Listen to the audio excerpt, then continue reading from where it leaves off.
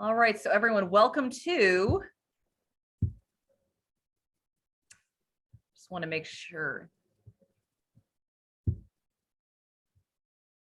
There we are. Welcome to Your Body and You, Body Horror 101. I am really proud of this title. Unfortunately, I was discouraged from using it via advertising because a colleague rightfully pointed out to me that someone's going to try to get is going to get mad at it, but I definitely kept it for this because it's a great title.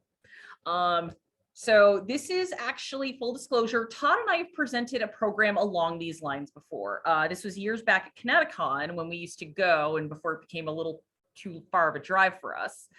We did do a Body Horror 101 presentation. So some of this is stuff that we've kind of cribbed and recycled from that program, but there's also new material in here as well. But body horror has an interesting place in the horror subgenre. Again, horror is a very diverse genre. There's a lot of different little avenues you can go down. But body horror has always been one where it is, to put it politely, not for the squeamish. Also, Todd, we are recording, right? Yeah, we're still showing recording. Okay, I just, for whatever reason, I'm like, we're not recording, are we? Okay. But yeah, body horror has always been sort of the not for the squeamish. And for good reason, because it plays on some very basic fears that we as humans have. So the idea of something going wrong with our bodies. And so in the real world, not on film, something going wrong with our bodies is something we kind of fear every day. It is the idea of, what if this freckle on my arm is not just a freckle? What if the blood work I get at the doctor tells me something bad? Or just even, oh, I'm out running or I'm walking across the street. What if someone hits me and I lose mobility or I am permanently disfigured? These are fears that we have because our, dating back to like our little lizard brains, we know that our bodies are something that we need to keep mobile and keep, at the very least, ready to stand and do basic tasks. So our want to have a working body is a fairly rational thing for us to want. In horror is all about taking the anxieties that we have and expanding upon that and putting them in really frightening ways. But not all scary stuff happening to your body is necessarily body horror. So this definition I think kind of sums it up. So body horror is a grotesque and psychologically disturbing violation of the human body. Usually something very physical happening. And the example that I have here is, so someone getting shot in the chest is horrifying, but that's not necessarily body horror. Body horror is that hole starting to open up, become its own cavity, and then you can put a Betamax tape into it. That's body horror. Videodrome reference for anyone who has seen it or not. Available at the library. Yes, we do. Todd, since we've started to sort of look at what we have and what we have doubles of, a lot of our stuff has gone into the library collection. So Todd very kindly donated his copy of Videodrome. So you can all check it out, everybody. It's a brisk, it's 88 minutes? It's pretty short. Yeah, it's pretty quick. It's pretty short and it's pretty disturbing. So this is going to be a quick example of that idea of something psychologically disturbing happening to your body. This is from John Carpenter's 1982 film, The Thing, and probably one of the more crowd-friendly things that we can show.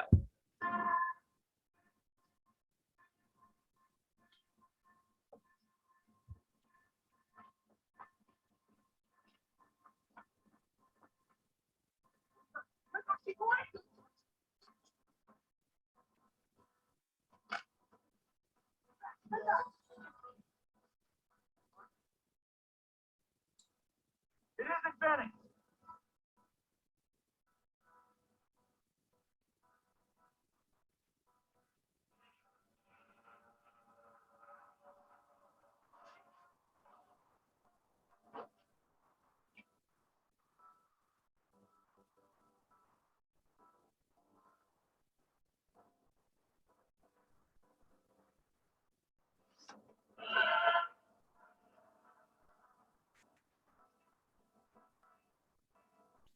One of the reasons I do love John Carpenter's The Thing is pretty much everyone reacts the way you should when you see something like that. It's like, well, get rid of that.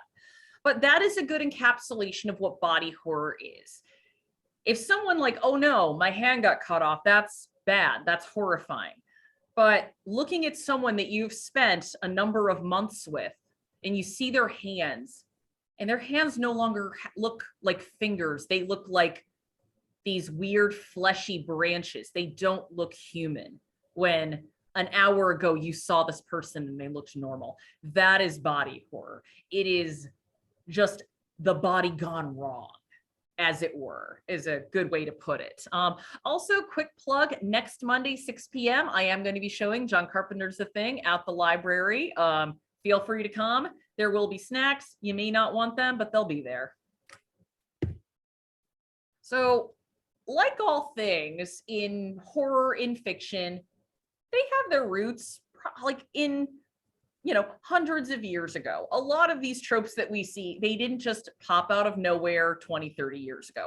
They've been around for ages. So body horror, you will kind of have the idea of it in a lot of early fairy tales. One thing that I remember is reading the original Grimm's story of Cinderella. And the sisters cutting off parts of their toes to fit in a shoe. And again, that's why I put it as adjacent, but it is that idea of like someone mutilating themselves to fit into something that when you're young, you read that, you're like, that's not normal. And if you read folk tales in other countries, there are stuff, especially Japanese folk tales, there is this idea of your body kind of being deformed if you are possessed in a certain way. So it has roots in that folklore and fairy tales. Also, any tales of the shapeshifters. So stuff like werewolves, lycanthropes, even vampires and zombies. There is this little idea of something happening to your body, because usually in those transformation tales, Todd, correct me if I'm wrong, you're more up to date on old literature than I am, but usually those people who first become werewolves and whatnot, they weren't willing participants in that. Oh, good Lord, no. Yeah. So again, unless you take the fact that one of the earliest versions of the werewolf was essentially inspired by a psycho killer, but okay. I digress. Yeah, but this idea of something bit me and now my body is transforming in a way that I cannot comprehend. This is actually done really well in John Landis's 1981 film, An American Werewolf in London. Pioneering for its makeup effects. Number one, it's like, this is the first time you see a real looking transformation because makeup work had evolved and Rick Baker's a genius. But one of the things Baker does really well is he doesn't just show like, oh, there's a foot, now it's full of fur and claws. He shows you David's complete physical transformation. So you see his limbs pop and move and get reformed. You see there's a great scene where you see his hand elongate into a paw. And while there is some debate about whether stuff like that falls into body horror, I think at the very least Rick Baker's work in American Werewolf absolutely does, because it's supposed to show how horrifying and how painful this transformation actually is. We also have Mary Shelley, mother of modern horror. Frankenstein, I think, is definitely a body horror story. Todd, would you agree? I'd say so, yeah. It's the original novel is a little vague about necessarily, like, even though the popular pop culture thing is the idea was like was stitched together from dead body parts, the novel's a little vaguer, but even then, the idea of just like this, even just as a sort of artificial homunculus, it's still a disturbing concept. Yeah, again, it's BMW, body made wrong. Oh, I love that I got to reuse a drag race read for this program. I'm very proud of myself. We also have stuff like H.P. Lovecraft, who I mean, that man gave us so many, another like real figure of modern horror, but a lot of his stuff is body horror as well. This idea of like, although his kind of goes into like going insane as well. Like you're seeing something happen to yourself and you go mad from it. And of course, if we're talking cinematically, I think we would need to talk about, there is stuff in early cinema. Granted, in a lot of cases, the effects work wasn't great, so you couldn't quite see a lot of it. A lot of it's hinted at. But a great example of this is Todd Browning's Freaks, which again, great film. I think it's free and full on YouTube at this point. But the ending of that film is absolutely based in body horror. And I will not spoil the ending of the movie if you haven't seen it. It's a great movie, but it kind of basically the plot of that film is this beautiful young woman tries to double cross a little person who performs at a circus, and a lot of the other people who are have physical deformities in some way, the aforementioned freaks, they're not too fond of that, and they're the heroes of the picture. But what happens to this beautiful blonde woman is one that definitely falls into that category. So now we get to what I'd like to call the body horror Mount Rushmore. A special thanks to Todd for creating this. We've talked about the body horror Mount Rushmore a lot. When we first talked about it, we're like, we know there's 3 here. There's Cronenberg, there's Junji Ito, there's Clive Barker, and then we were like, well, who else? And we kind of were like, yeah, Stuart Gordon. But then we're like, but Brian Yunza. So I know Mount Rushmore is 4, but we're making it 5 because Yunza and Gordon had a really close working relationship, and the two, I wouldn't say they couldn't exist without the other, but they're a pair that gave us a lot of stuff, as it were. So the king of body horror, the man whose name you will always think of whenever you hear that term, is David Cronenberg. I mean, Todd, he's pretty much the king of the genre, right? I mean, especially as far as film goes, yeah, you're not going to find many people who have been quite as prolific or as well. Oh yeah, well, if we get into actual like literature, then Clive Barker and Junji Ito are coming for that. But in terms of film, David Cronenberg is where is that, and I still, even with some of the new class who we'll get to later, I don't think anyone has ever really topped what Cronenberg does in the level of unease he is able to elicit as you watch his films. Like, there are scenes in Eraserhead and The Fly and The Brood that make me physically queasy to watch. And then there's films like Dead Ringers, which will just, if you go to one of these doctors, it'll scare you away from OBGYNs forever. And he actually, he took a break from body horror for a while. In the aughts, he kind of decided to make more like just twisty, heady dramas. But this year, he returned to body horror with Crimes of the Future, which was a fantastic return to form for him. And one of the other things I like about Cronenberg is he's not shock for shock's sake. His films have a point. His films have, in many cases, are very political. Videodrome is a very political film that was prescient in a number of ways. And, oh, Todd, there's someone in the waiting room. And I guess you could argue, like The Fly kind of has, it was in that age where people were starting to get a little, I guess, uneasy about medical technology. That was a thread you start to see in like the 80s and into the 90s. The idea of like genetic splicing and whatnot. Oh, Todd, there's still someone in the waiting room. Yep. It's, the left.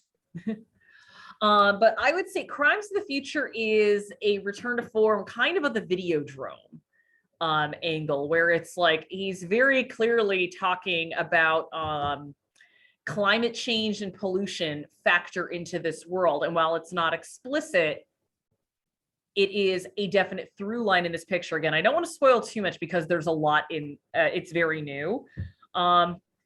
But Todd, do you have a favorite Cronenberg? Ooh. I mean, out of the list you've got here, I have to go with Dead Ringers, although it's a tight race. Yeah, And again, I have found there is kind of a gender divide for dead ringers as to who's more uneasy by it. And I'm like, yeah, if you actually got to go to one of those kind of doctors, dead ringers is a little like, oh and God. also, again, I think the interesting thing for me about that is, while there is definitely the OBGYN horror, it's a different take on body horror form. For anybody who's not seen the film, the entire upshot is Jeremy Irons plays these two identical twins who have they've basically been living in this, it's almost a sort of mental symbiosis for so long. There is one line where basically one of them says, until I've experienced something, until we both experienced something, neither of us can say we've really experienced it.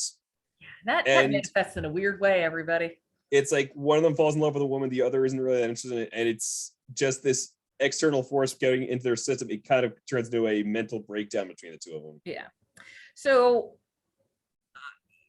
if you can kind of tell by Todd's description, sex is something that also features heavily in David Cronenberg's work. His first film, Rabid, or I should say sexual imagery, factors into that. Rabid stars Marilyn Chambers. And if you know who she is, yes, that Marilyn Chambers, a woman who gets basically contracts something and becomes rabid. But one of the ways it manifests is it is a very, let's just say, a genitalia-like opening in her armpit where tentacles come out of.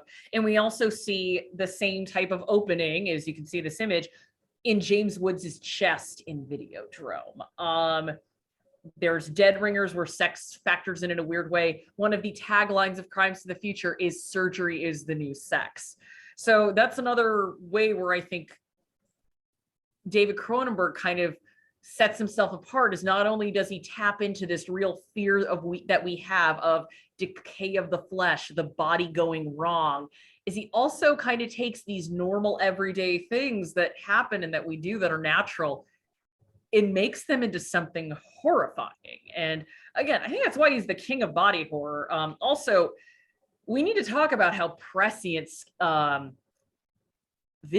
was in this idea of social media and entertainment just completely reworking our brains and our bodies.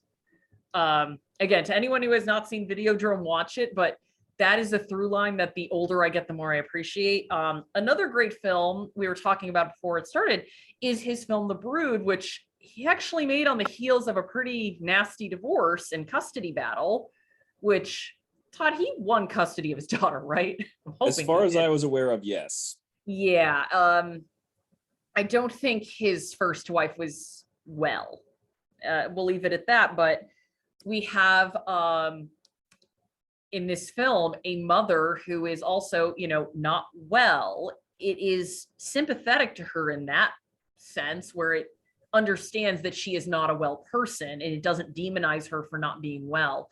But the way her anger manifests is she basically grows these little anger babies that then become these faceless, expressionless little monsters that kind of go and attack people. And also The Fly. I mean, The Fly is great.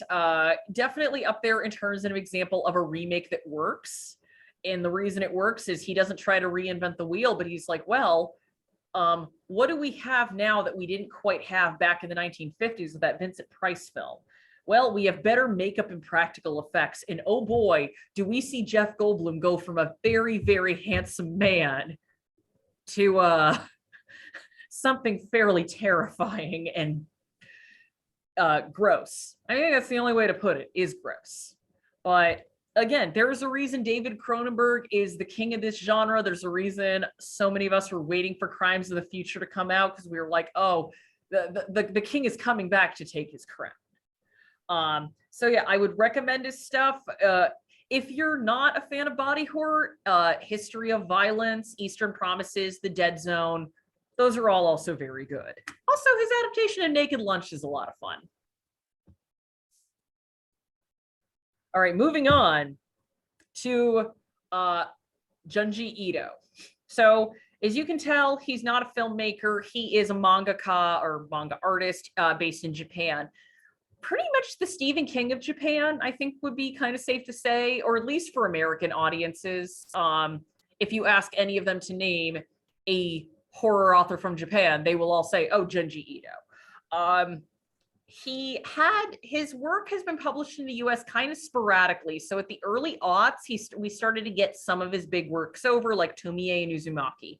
But the past couple of years, he's gotten really big over here. So we're getting all of his work, which, by the way, you can find in the adult graphic novel collection.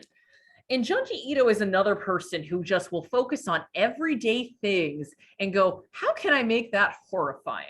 So his work Spiral, or Uzumaki, is about basically a town where these people start to see spirals and go insane. And their bodies will, if you look at the image on the right, become deformed. And it just escalates to the point where it's very clear there's a curse on this entire town. But we see spirals in everyday life. And actually, there's a moment in Uzumaki where a woman realizes there's a spiral in her own body, meaning in the ear canal. So it is taking these everyday things that we have and things that we have inside of ourselves and making them horrifying. And just he tends to, I don't want to say it's better than Cronenberg, but he finds the way to just get under your skin in a very different way. I wonder if he just like went through and looked through a whole book of like, what are people's phobias? I'm going to do this for this story. So he'll like, again, there's a story where people they develop holes on their skin, and that's a real fear that people have. There's other ones where people, if they get stuck, they can't get out, their bodies start to morph. And then there's Gyo, which is the idea of your body being consumed by something. And there's actually a very great little story called Flesh Colored Horror, which if you're a Hellraiser fan, you might like that, the reveal in that story. So Todd, considering you and I have done a couple of programs on Junji Ito at Anime Boston, would you like to speak a little bit more to Mr. Ito's work? I'm trying to get some other good recommendations outside the ones we've already covered here. Well, why do you think he works though? And why do you like, I guess why he's so like some of it, why he's so popular right now, but why do you think like he's someone that's kind of just captured everyone's imagination as a horror artist? Well, I can be honest, I think part of the reason, at least as far as why it's kind of had the more mainstream appeal, is, for lack of a way to put it, his art style. It's not like your more traditional manga style, which has allowed it to more readily cross over to like be to general horror comics, which has helped him a lot in terms of that breakout. Plus, yeah, body horror is one of those where it isn't necessarily going to be everyone's thing, but when it works well, it will hit. Yeah. And also the visual aspect of it too. It's just like this. You look at these and you're just like, oh, how am I supposed to sleep at night with this? But I mean, if you look at the guy, kind of like when you see David Cronenberg, you're like, oh, he's just a normal, fun-loving dude. I mean, Junji Ito he wrote a whole little book about just his cats and how much he loves them. I mean, actually, fun fact about Junji Ito, before he was a manga artist, he was a was he a dentist? Yeah, and actually I thought you were gonna remember the other fun fact was before he started doing horror, he wanted to do like humorous gag manga. Well, and he works humor into his stuff as well. And I guess Cronenberg stuff has some humor, but Junji Ito does like to kind of revel in the absurdity sometimes. And I think that also kind of helps lessen the blow a little bit of like, oh, this is so gross, but also he'll play into a humor aspect of it, like to kind of lighten the feel, as it were. So we're moving on to Mr. Clive Barker, which, by the way, we did watch the new Hellraiser on Hulu. I'd say pretty good. Jamie Clayton knocked it out of the park as the new Pinhead, though. So I'm like, if we get any sequel, just please bring Jamie back because she is great. But yeah, there's room for improvement. Sorry. No, go on. There's room for improvement. It's also watching it. I can see why this was the one where they finally got Clive Barker to come back, because his relationship with that property is a very complicated one. Well, Todd, would you like to speak a little bit more about the history of Hellraiser and how that franchise got off the rails? So this has actually been kind of the deep dive I have been doing this month. I'm into the back half now, but as far as the general arc goes, this all hit the ground pretty quick running. Clive Barker published the novel The Hellbound Heart in 1986. The next year, after he took the reins on doing a film adaptation of it after being kind of disappointed with some of the earlier film adaptations of his work. That became a hit. Within the next year after that, they had a sequel up and out the door.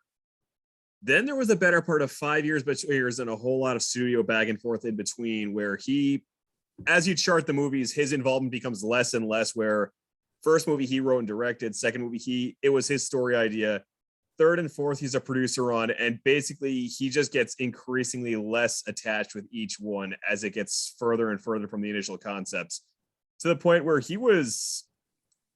there is a famous line from him, I will do the sanitized version about what the later sequels like. There is no part of me in this movie. My butt is not even a part of this movie. So yeah, if you could oh, go on, sorry. So the fact that they actually convinced him to come back, he came back as an executive producer for this newest one, and he actually came out of it satisfied enough to go like, I want to do more material with this character again.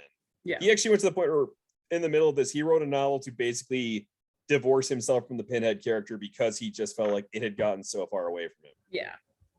And if you're familiar with the Hellraiser franchise, after a while, it became all about the Cenobites, who the Cenobites are supposed to look terrifying. They're supposed to look like aberrations. But one of the other aspects of the original Hellraiser was this idea of kind of a monkey's paw, where you try to go looking for something, but you just get the exact opposite of what you want. The original character, or one of the original characters in Hellraiser, is a guy who goes seeking pleasure. And oh boy, that doesn't end well for him, as you can tell. And I mean, that's one of like, it's a very basic reason, but I think that's one of the reasons why Hellraiser works is this idea of pain. We're very scared of pain happening to us. Again, rightly so. It's we have pain receptacles in our bodies that are supposed to tell us to stop doing something. So when we this idea of we're going to go searching for pleasure or for truth only to be hurt, that's something that's a very almost taps into, again, our evolutionary lizard brain of, oh no, stay away from that, that's scary. And also, I mean, we all need skin, and not having skin isn't great. For me, not having skin is kind of like a one-way ticket to, oh God. That's why Martyrs freaked me out so much. But he is focused on, Barker does, again, not only that fear of something happening to you, but he does that idea of like, it's going to come in a way that you don't expect it. You're essentially going to be tricked into this pain.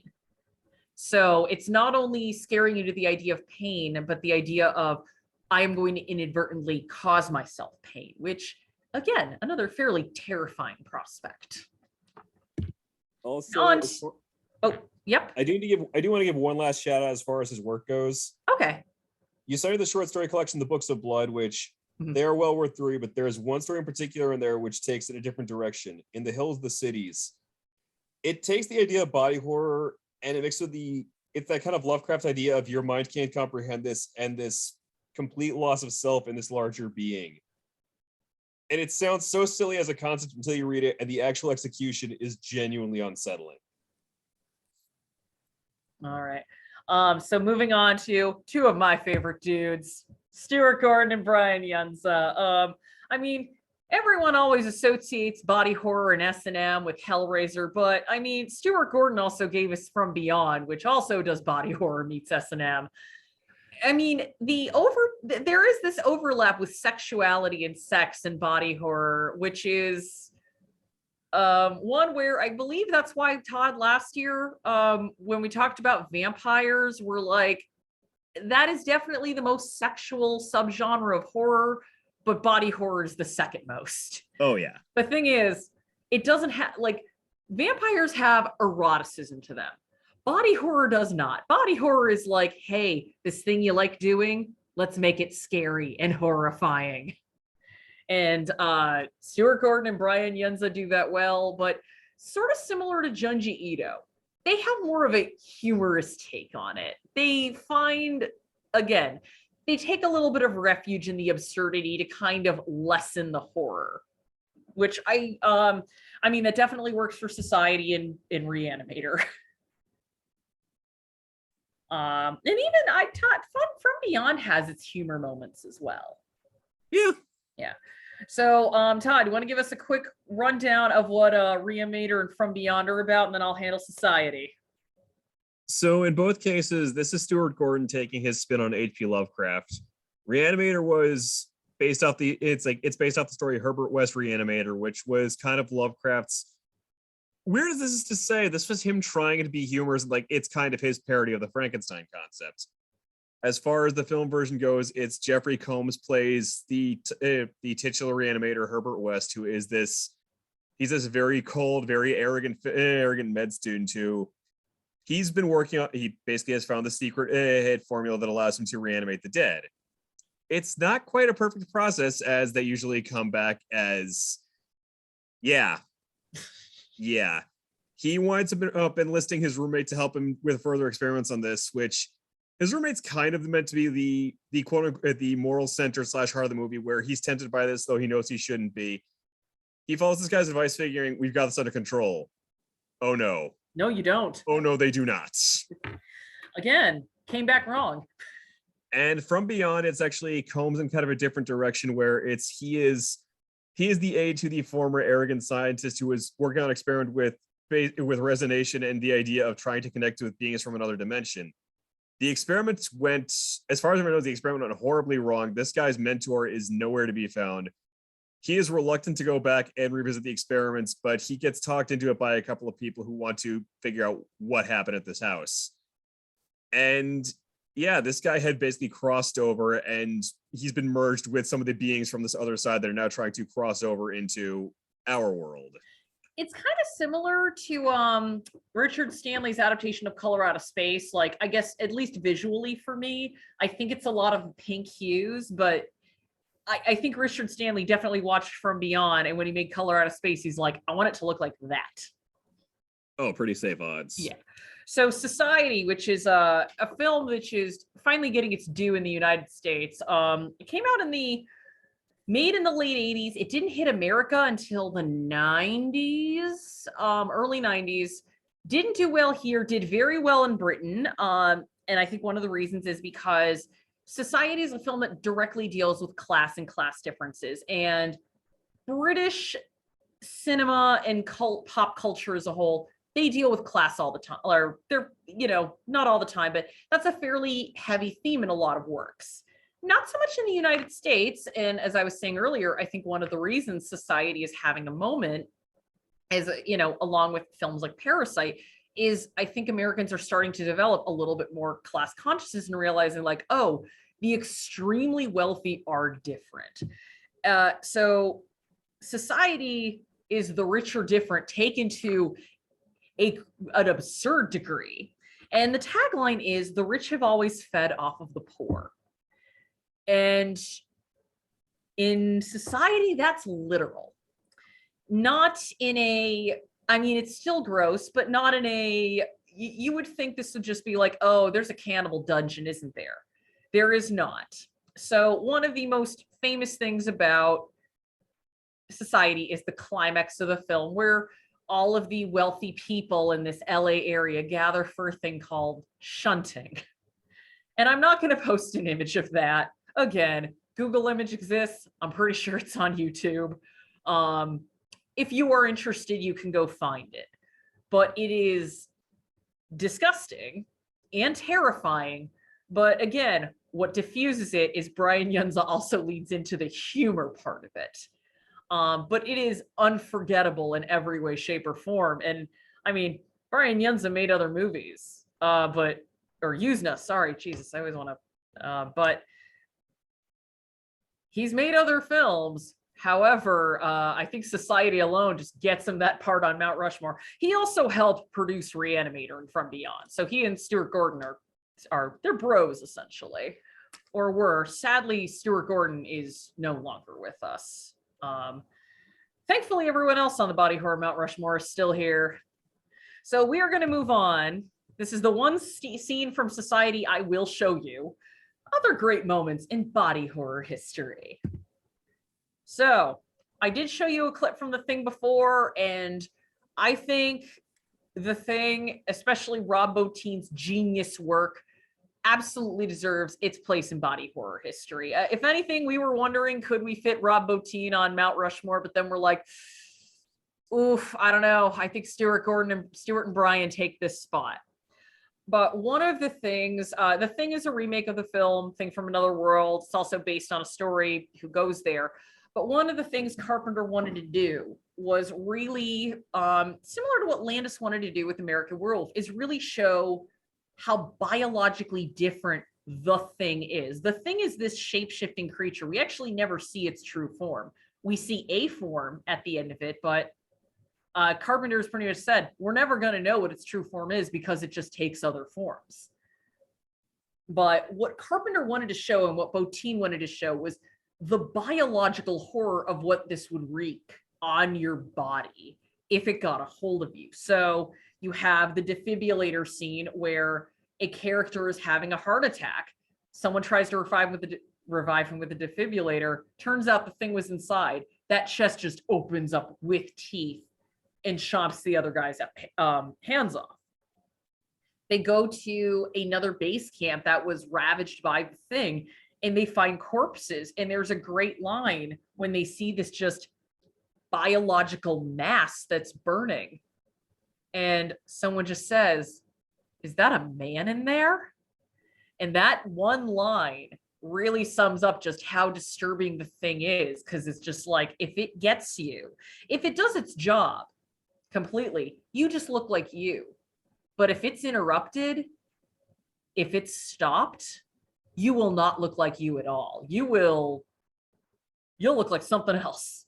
And yeah, Rick Baker is great. Rick Baker is arguably the greatest makeup artist that we have living right now. But Rob Bottin, I think, is a close second.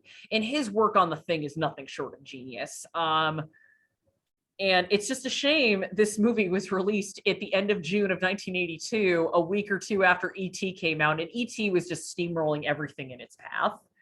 So everyone was in the mood for like a nice, fun little alien movie, and then this movie comes out, and it's like, oh no, this E.T. is not fun at all. This E.T. is not cute and a friend to all children. This E.T. is terrifying. So it actually did not hit really well when it came out, but it's become redeemed because it was #1 a video staple in the 80s and 90s. And also just time went on, people revisited it and they're like, oh, this movie's actually really good. But it's a great scene. There's also the blood test scene where you find out that every single part of the Thing has a reaction to being interrupted, as it were. And I will leave it at that. Again, there are clips of a lot of the Thing online if you want to find them, or you can email me and Todd and I will send you some clips. Next one of my favorites. I have a fun story behind this. So at the start of the pandemic, a friend and I were like, oh, let's watch movies together. But we're just like, we have no idea how this disease spreads. So what we decided to do was we'd remotely watch a film together. So we turned on our video cameras on our laptops and we synced up the movies. We started them at the same time. So we watched the movie at the same time as this was happening. So when this part comes up where you see a dog with a human's face on it, my friend screams, points to her camera, so she's pointing at me, and says, I hate you. Because I did not warn her about this, which why would I? It ruins the fun. But yes, another one for just remakes done really well is the 78 version of Invasion of the Body Snatchers. And we're seeing, Todd, I think eventually we just need to do a remake program, but the theme that we're seeing is a lot of these directors who liked these movies said, okay, I want to do something more with this concept. I want to expand on it rather than just do a shot-for-shot remake like Gus Van Sant did with Psycho. And Invasion of the Body Snatchers, you definitely see a lot more with like practical effects when you see how people are grown, how the pods grow people. It's really gross. But what Body Snatchers does more is kind of expand the setting as well. Rather than a small town, it's a city. But again, there's still some body horror aspects there. I mean, the very idea of there is something, a plant that can take your DNA and grow a new you, whereas the you are will be gone by the morning. I think that actually just qualifies as body horror. The idea of I'm not going to be me anymore. Something else is going to grow and take my place. So we have that, but you see more pod action. There's actually a great scene where Donald Sutherland falls asleep and you start to see his pod, his new version, grow itself. And it's disgusting. And that's what the director and the effects people wanted. They're like, we don't want this to be a clean birth, as it were.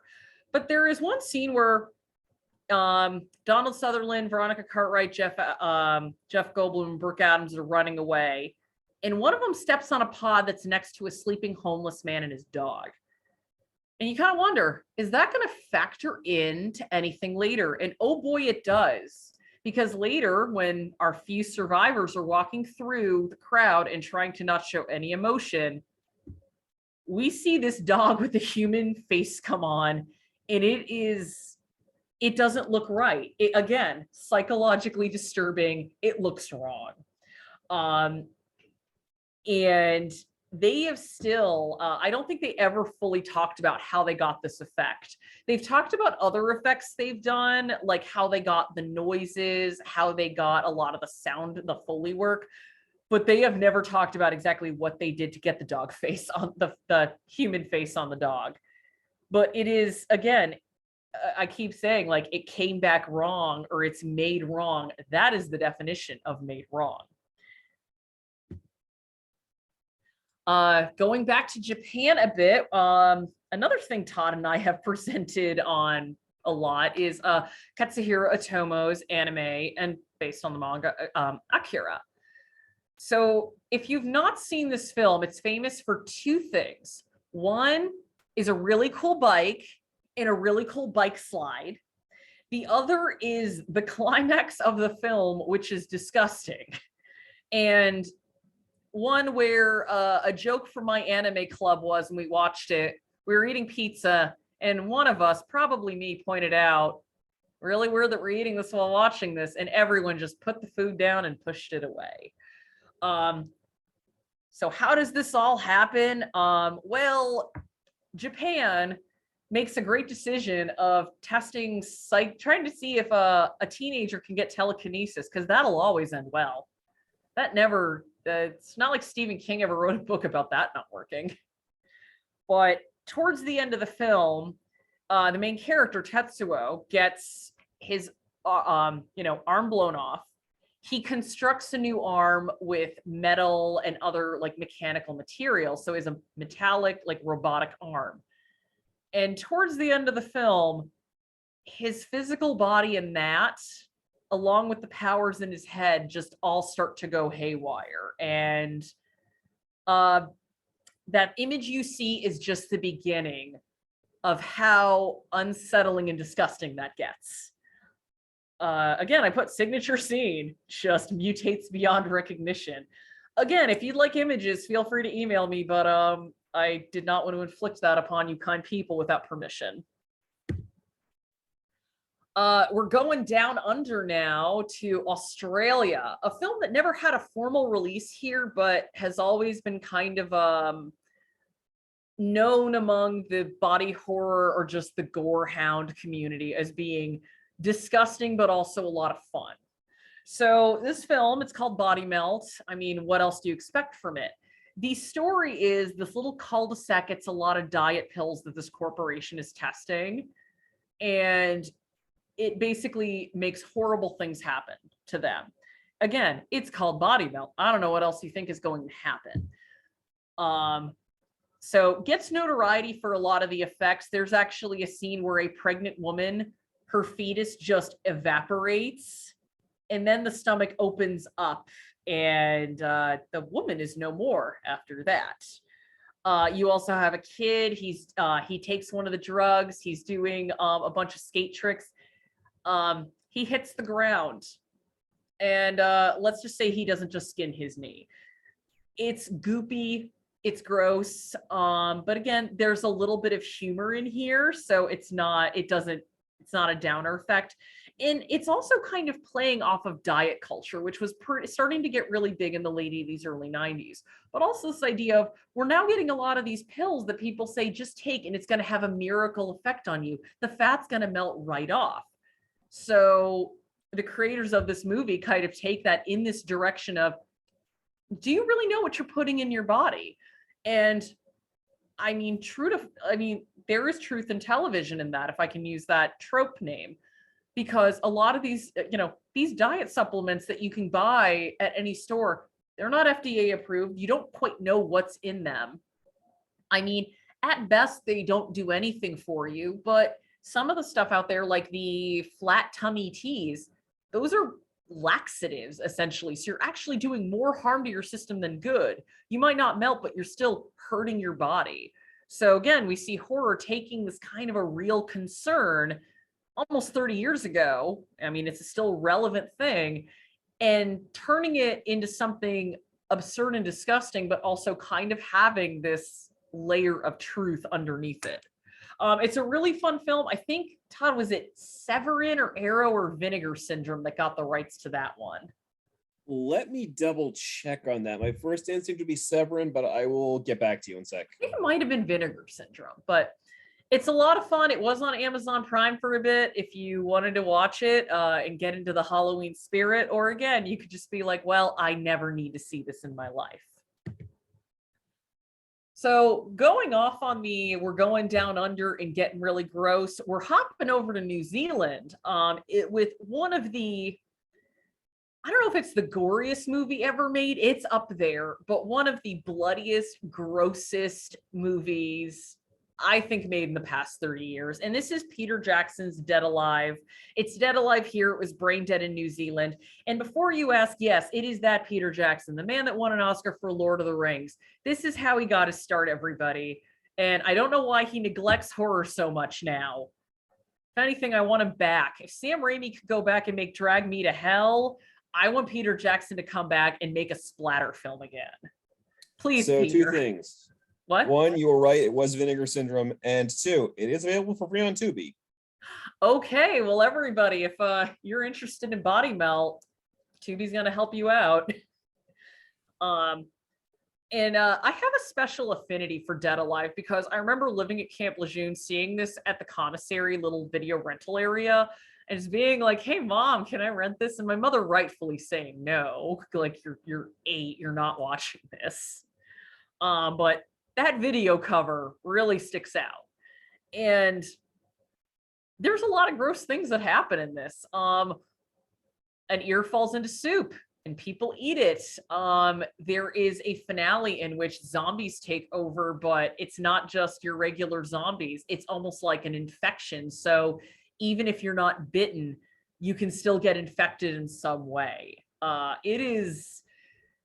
Jackson is another one where he finds the refuge in the absurdity. So again, I think that kind of takes the horror element away for a bit, but I think that's also how you make this stuff watchable in a lot of cases, because, I have found more people who will like a movie like this than they would a David Cronenberg film, because a Cronenberg movie is fairly straight-faced in terms of what it's dealing with, versus this is, you're having fun with it. It's so over the top, you kind of laugh while you're grossed out. But again, we still just see like kind of this idea of Guillermo del Toro put this really well, that body horror is just a manifestation of our fear of decay of the flesh. And boy, do we have that literally with people's ears falling off. And this whole idea of just like, oh, my kid's gonna fall apart right in front of everybody. But if I have to recommend one movie beyond anything like The Thing or anything David Cronenberg made, Peter Jackson's Dead Alive is a lot of fun. And it's a shame it has not had a proper disc release in the United States, at least not beyond DVD. So to wrap this up, we're gonna get away from the grossness and get into a film that's a little bit more contemplative. And that's The Incredible Shrinking Man. So, as I've kind of mentioned before, a lot of these movies that kind of dealt with scary things happening to the body in the older films where they didn't have the practical effects that they had in the 70s and 80s onward, they kind of had to do things differently. So if you've ever watched the old like MGM horror movies, the way they had to show the Wolfman's transformation is a little, it may look silly now, but it's what they had at the time. But The Incredible Shrinking Man takes that in a different direction. So a man, he walks into a strange mist and he thinks nothing of it. But after a while, his wife starts to notice, you're getting shorter. Your clothes aren't fitting well. Your shoes aren't fitting well. And he just realizes he's shrinking.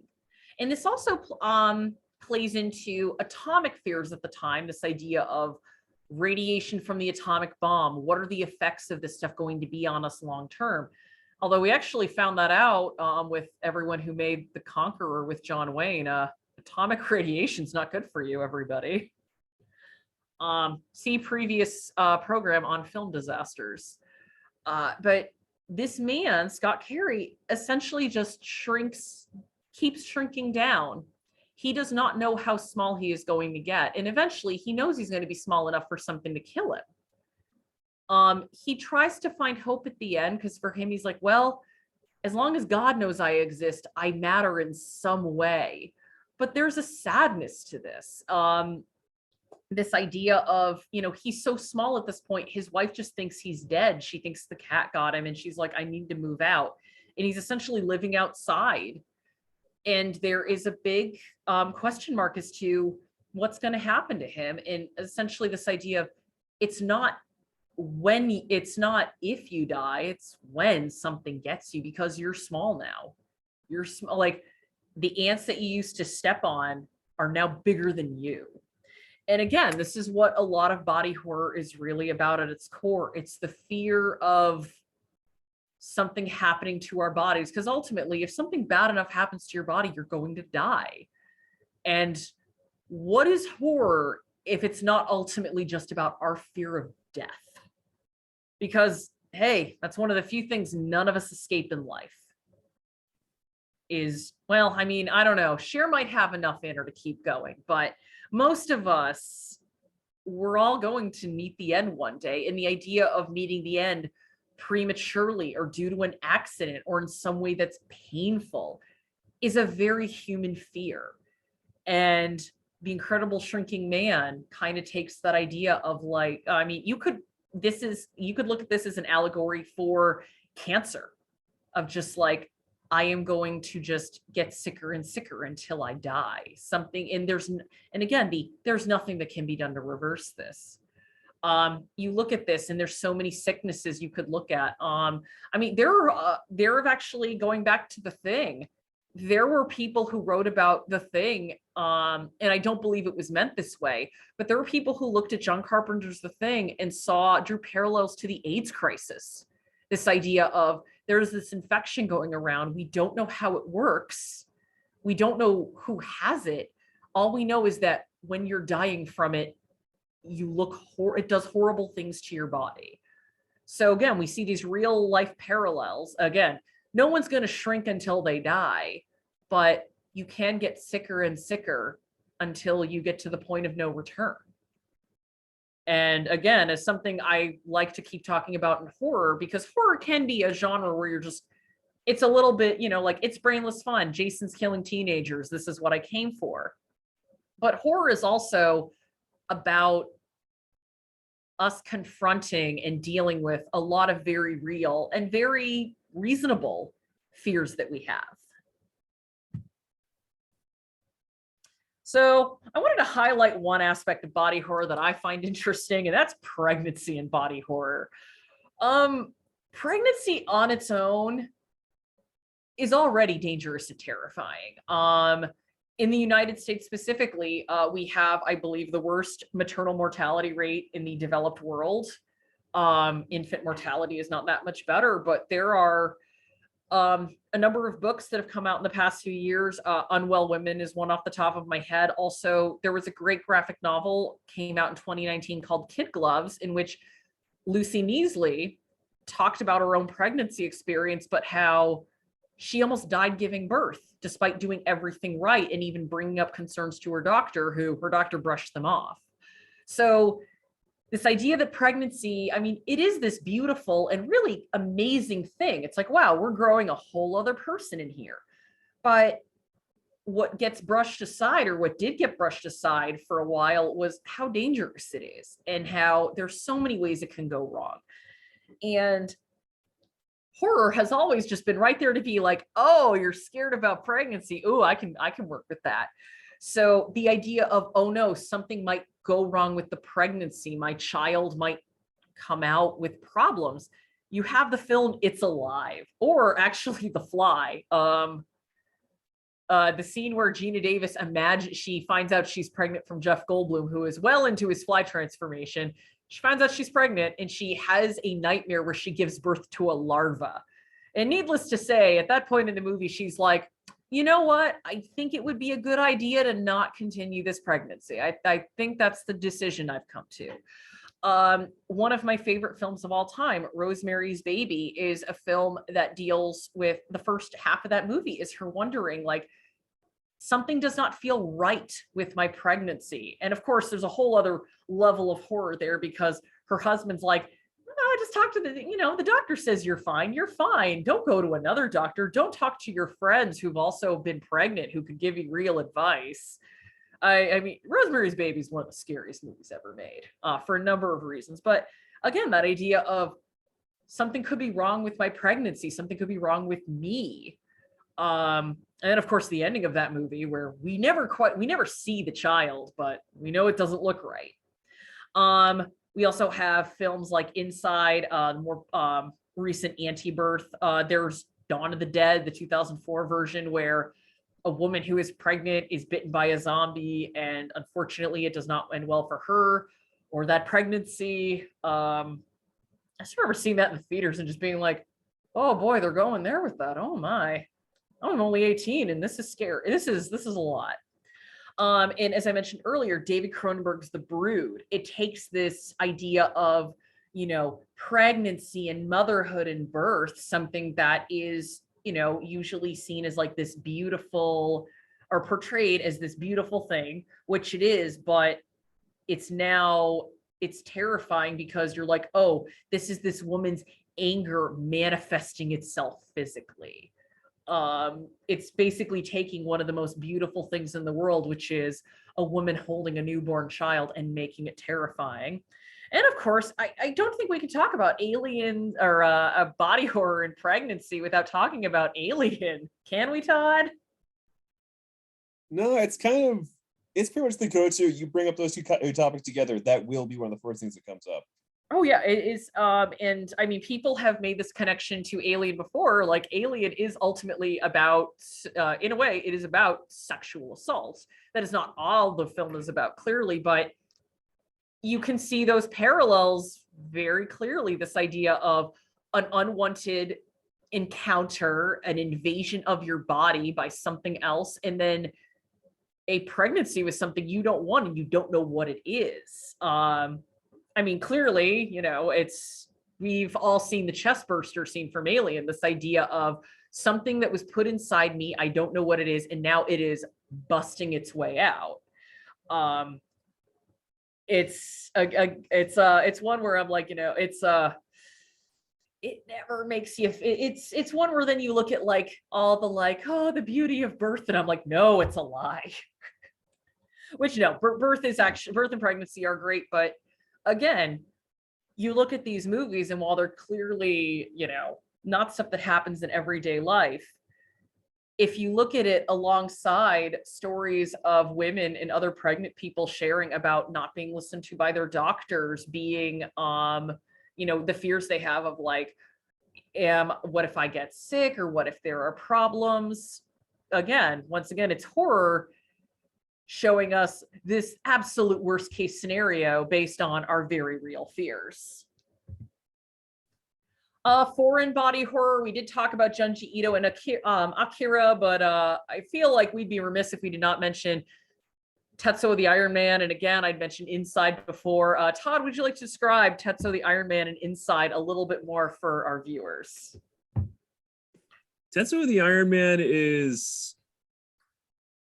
I'm trying to think the best way to sum this up. It starts off with this man who is essentially, the nicest way to put it is a machine fetishist.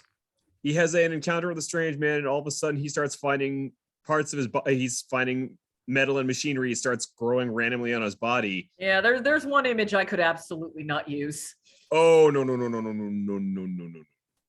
What you're seeing there is actually, it's one of the later phases of the mutation. He does wind up finding the guy who attacked him again. And like in the probably least spoiler I can put it, they basically merge into this one weird man-machine hybrid. It is kind of one of those, a text description will not do the movie justice. It is a seeing is believing situation.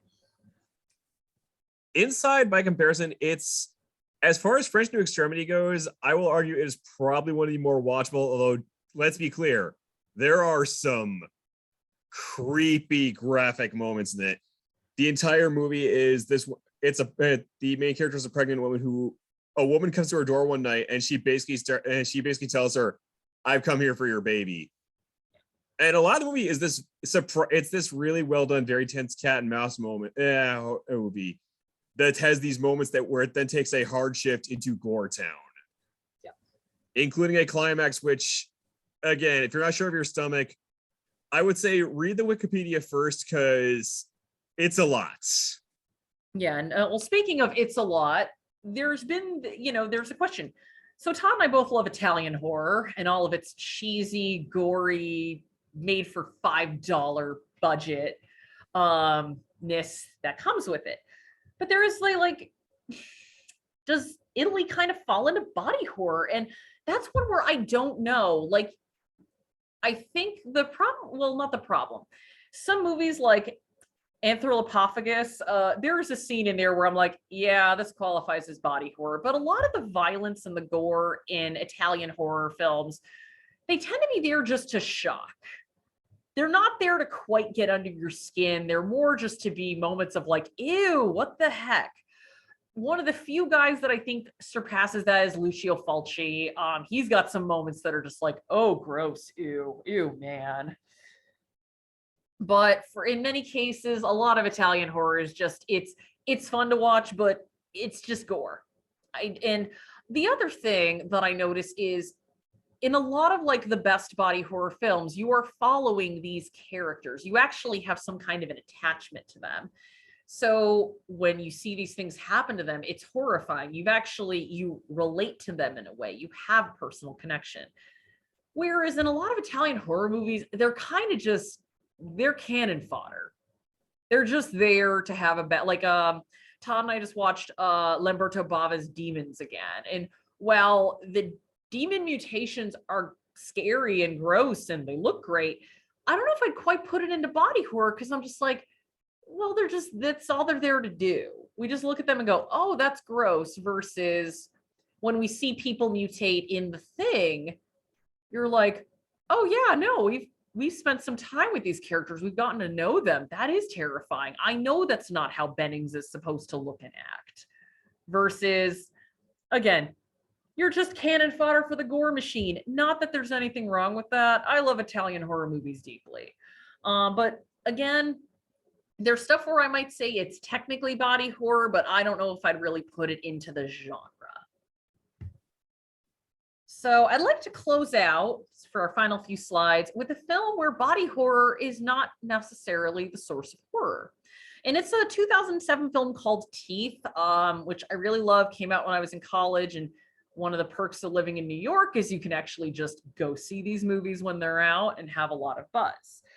So there's a young girl named Dawn, and she realizes, oh, hey, I'm not like other girls, and I'm not like other girls. All my friends are guys way.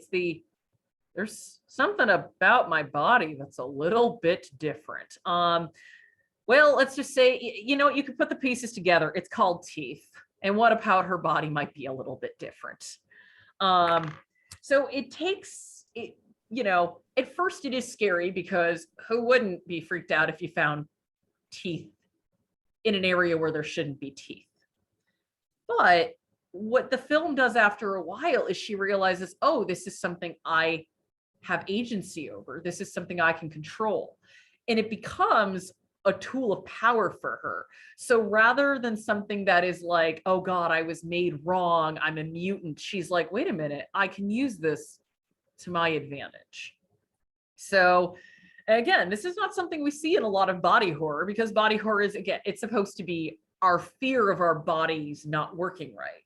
But this is one that takes this body horror trope and is like, well, what if, yeah, it's not right, but what if it could work? And what if we could use it to help ourselves? It's a really fun little film. I don't think the director really made much after that, which is strange because this movie is fairly beloved in horror circles, especially the women in horror circles, but it's a lot of fun. There's some great moments in there that are they're kind of, you wince a bit, but you're also like, again, it's another where it has a sense of humor to it. But I think we all know for certain that I don't think living near a nuclear power plant is going to make you grow teeth in other places. So we've talked about the body horror Mount Rushmore. Who is the new class of body horror? There's two names that come to mind. One is a name we recognize, Brandon Cronenberg. That's David's son. He had his debut with, or Todd, was Possessor his debut, or was that his second feature? It was his second. His debut was a film called Antiviral. Oh, I don't think I saw that one, but he made Possessor, which Possessor is fantastic. And I like that he's going body horror, but not quite the route of his dad. The body horror he's kind of going towards more is the idea of agency and autonomy. And if you watch Possessor, you'll kind of get that. But Possessor is a great little movie. We do have it at the Derry Library. And I think the other kind of heir to the throne, if we needed to add another face on a Mount Rushmore, I would say maybe even more than Brandon Cronenberg, is a French director called Julia Ducournau. So she directed the film Raw, which is great. That takes a different turn on the cannibal subgenre. But then last year she directs Titane. And I still to this day don't know why France did not submit that for its Oscar. Oh, they did. Wait, they did?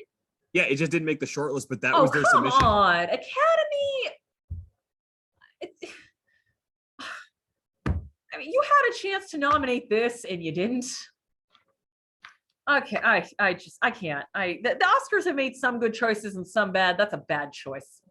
Anyway, Titane is, if you heard about this movie at all, you heard about it because it's a woman who has sex with a car and gets pregnant.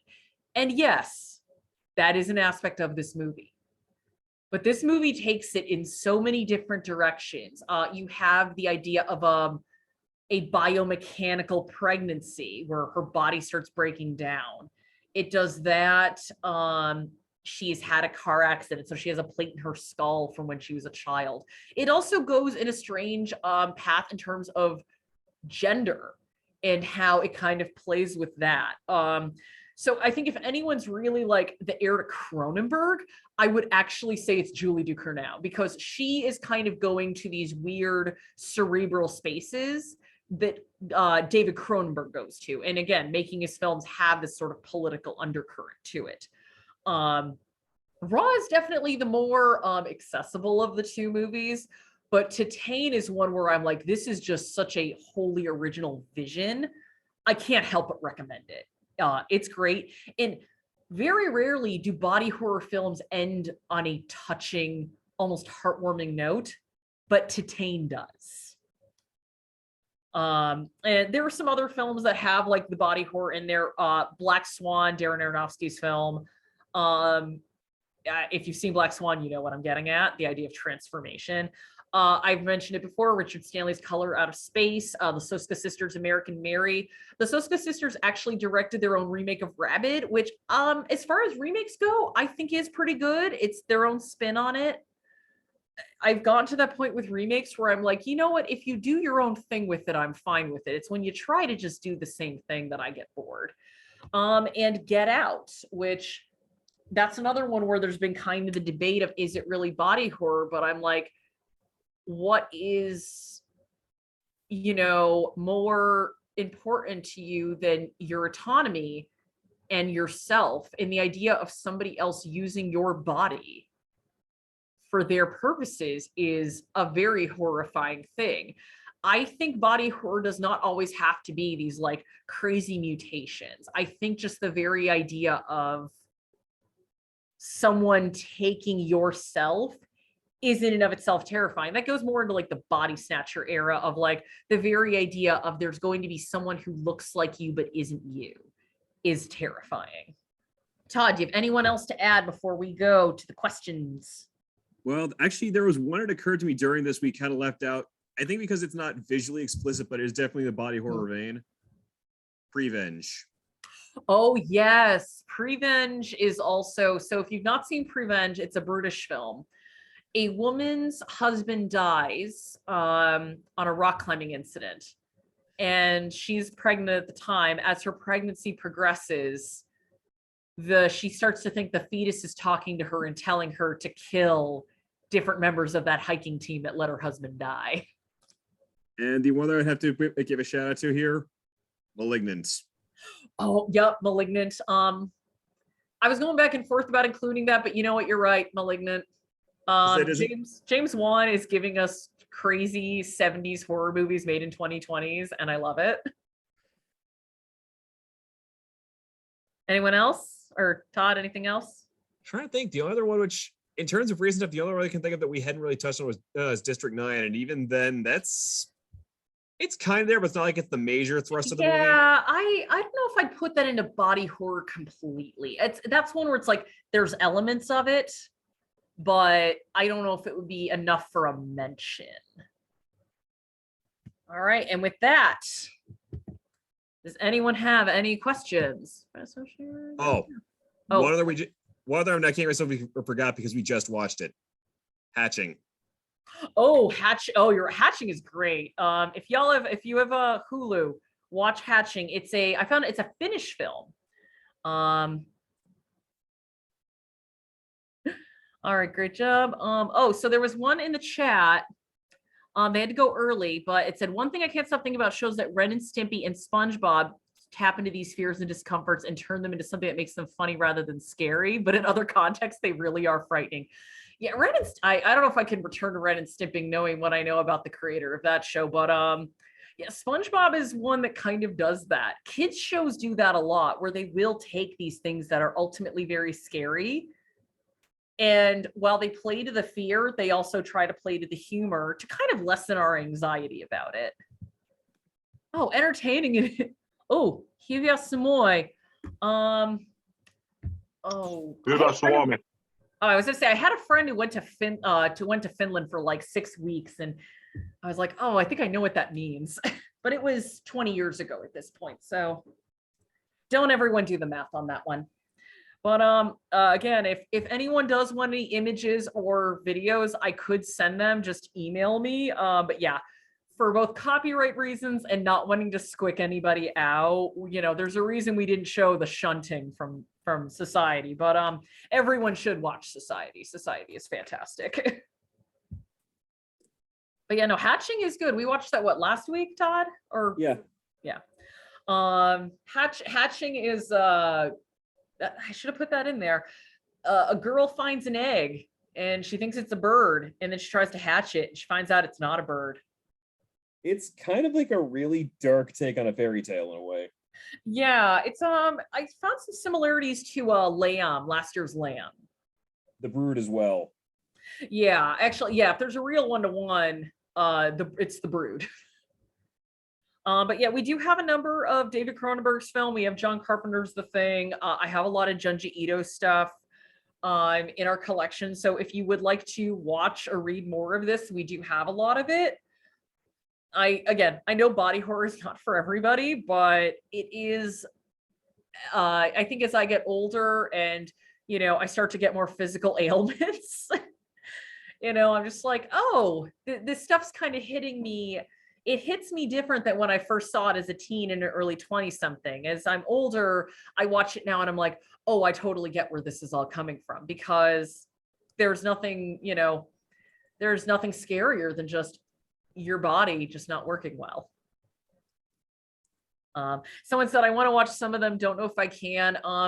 Well, I mean, this is why I'd recommend the library, because if you realize right away that you don't like it, feel free to turn it off and return it. We don't charge you anything. I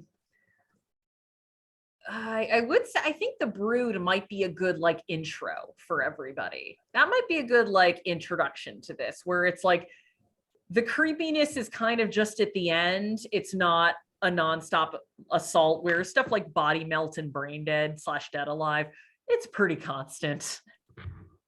Also The Incredible Shrinking Man. I mean, I think that fully falls into body horror. Same with Get Out, but it's not as queasy inducing. So just giving you all a little rundown of some of our next programs. So next month, Todd and I've talked about him a lot. We are talking about the man, the legend himself, John Carpenter. So if you're a John Carpenter fan, sign up for the 14th. December, we're doing something a little different. Me, Todd, our director, Eric, and one of the attendees to this program, Mark, we are all going to talk about the 5 worst movies we've ever seen. I don't know if there will be overlap. I know one of Todd's choices. I don't know the other 4. So there might be some arguments. I might destroy a couple of sacred cows for people. And yeah, that's December. In January, Todd and I are going to have a special on our top 10 films of 2022. My list is starting to come together, although I just saw Tar, and now that kind of messed up my top 5 a lot. I'm like, oh no, I thought I had it set. And in February, I believe Todd and I are going to be doing a deep dive into Jordan Peele, who I think is one of the most interesting directors working in film right now. And I would like to do Setsuko Hara for Women's History Month, but that is tentative in terms of how many resources I can get in English, because she's a Japanese actress and trying to find stuff on her is hard over here. But with that, I am going to bid everyone good night, and hopefully I will see you next month for John Carpenter.